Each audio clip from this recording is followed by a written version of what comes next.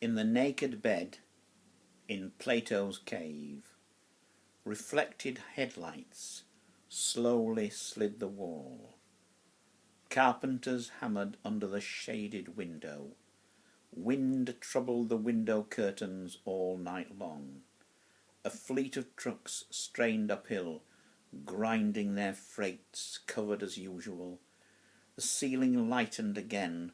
The slanting diagram slid slowly forth. Hearing the milkman's chop, his striving up the stair, the bottles chink, I rose from bed, lit a cigarette and walked to the window.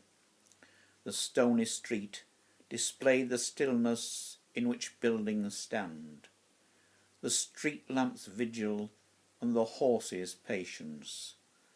The winter sky's pure capital turned me back to bed with exhausted eyes. Strangeness grew in the motionless air. The loose film greyed. Shaking wagons, hooves waterfalls sounded far off, increasing, louder and nearer. A car coughed, starting.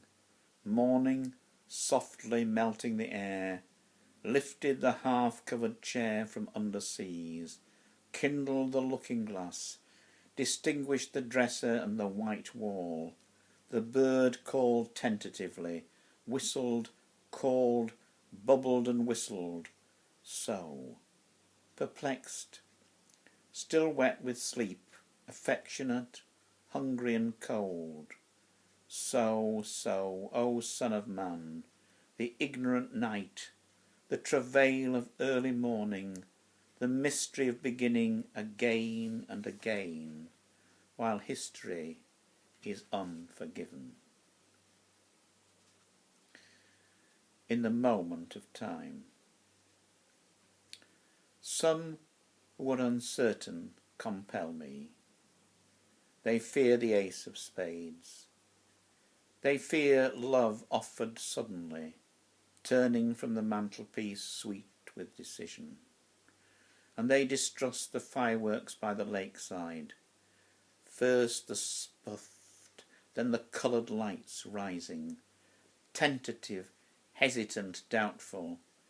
They consume greedily Caesar at the prow returning, locked in the stone of his act and office.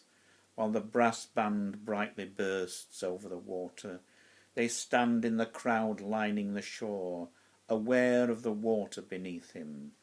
They know it. Their eyes are haunted by water. Disturb me, compel me. It is not true that no man is happy, but that is not the sense which guides you. If we are unfinished, we are, unless hope is a bad dream. You are exact. You tug my sleeve before I speak, with a shadow's friendship, and I remember that we who move are moved by the clouds that darken midnight. The beautiful American word sure.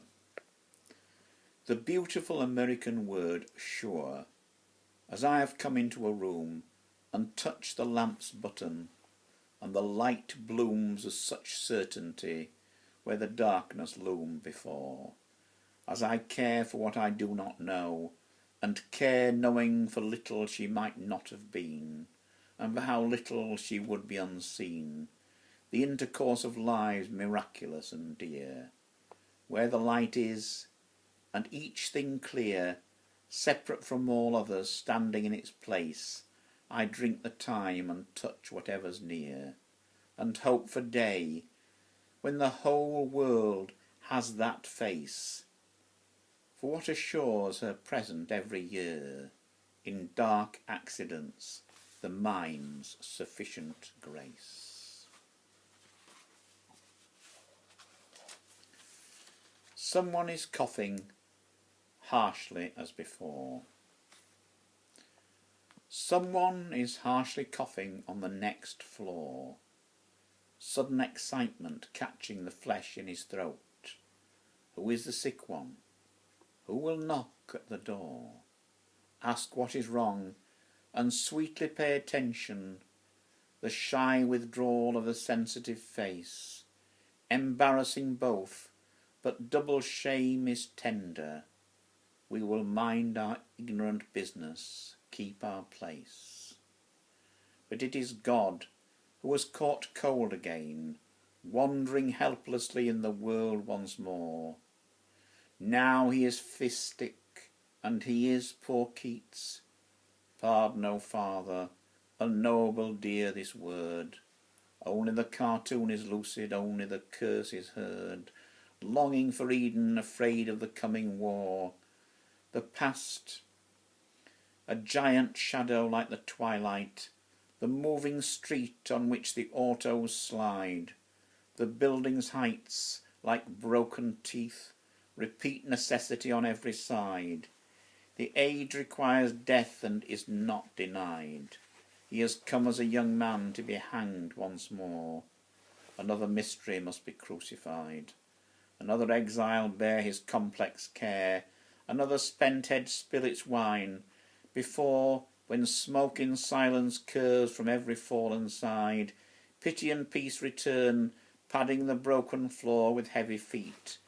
Their linen hands will hide in the stupid opiate, the exhausted war.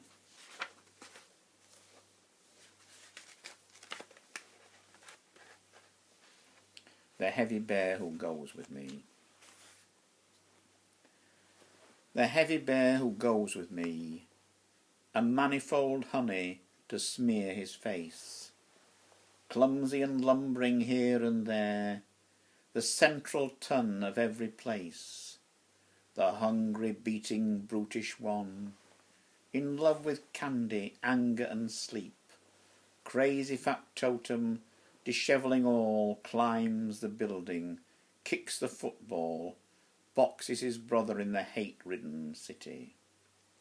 Breathing at my side, that heavy animal, that heavy bear who sleeps with me, howls in his sleep for a world of sugar, a sweetness intimate as the water's clasp, howls in his sleep because the tightrope trembles and shows the darkness beneath.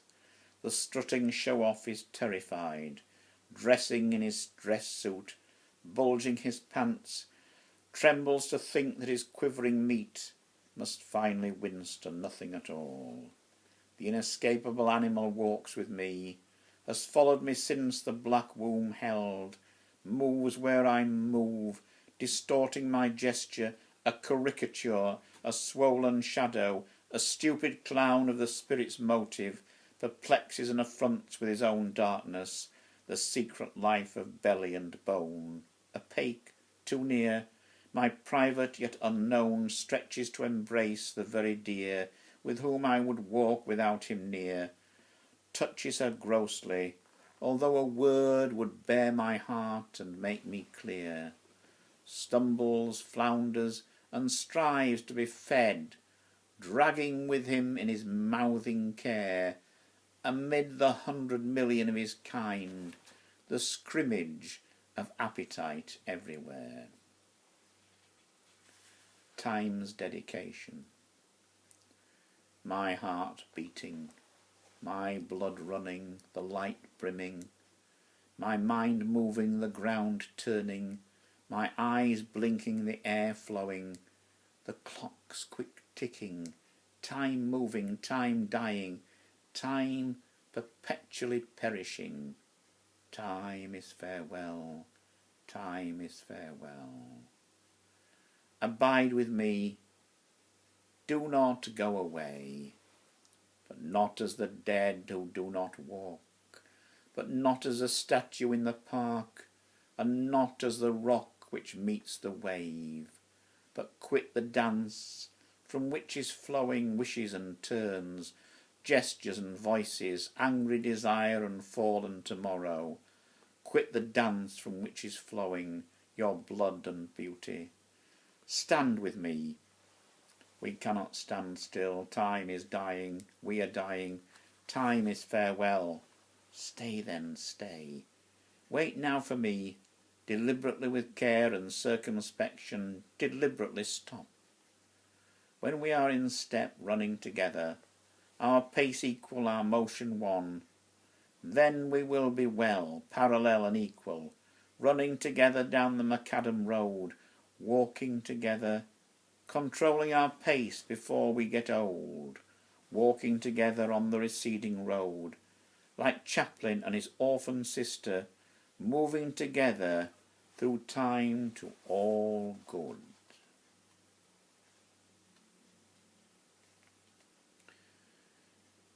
I am my own heart, merely a serf. I am to my own heart merely a serf, and follow humbly as it glides with autos, and come attentive when it is too sick, in the bad cold of sorrow, much too weak to drink some coffee, light a cigarette, and think of summer beaches blue and gay. I climb the sides of buildings just to get merely a gob of gum, all that is left of its infatuation of last year, being the servant of incredible assumption, being to my own heart merely a serf. I have been sick of its cruel rule, as sick as one is sick of chewing gum all day. Only inside of sleep did all my anger spend itself. Restore me to my role, comfort me, bring me to the morning, willing and smiling, ready to be of service, to box its shadows, lead its brutish dogs, knowing its vanity the vanity of waves. But when sleep too is crowded, when sleep too is full of chores impossible and heavy, the looking for white doors whose numbers are different and equal, that is infinite. The carriage of my father on my back, last summer, 1910, and my own people, the government of love's great polity, the choice of taxes, the production of clocks, of lights and horses, the location of monuments, of hotels and of rhyme. Then, in final anger I wake up, merely wake up once more to resume the unfed hope, the unfed animal, being the servant of incredible assumption, being to my own heart merely a serf. I think that the work of Delmore Schwarz, his collected poems, more or less, Summer Knowledge, is one of the most powerful works I've ever read. And I think it's very sad that although his work is put in all the major anthologies of American poetry, it has been put on a back burner by history somehow. Quite why, I don't know. His work is wonderfully compressed, and as Reveille said, poetry is essentially the compression of words, which is why it is such a difficult art to create, and sometimes such a difficult art to interpret, but always worth the effort.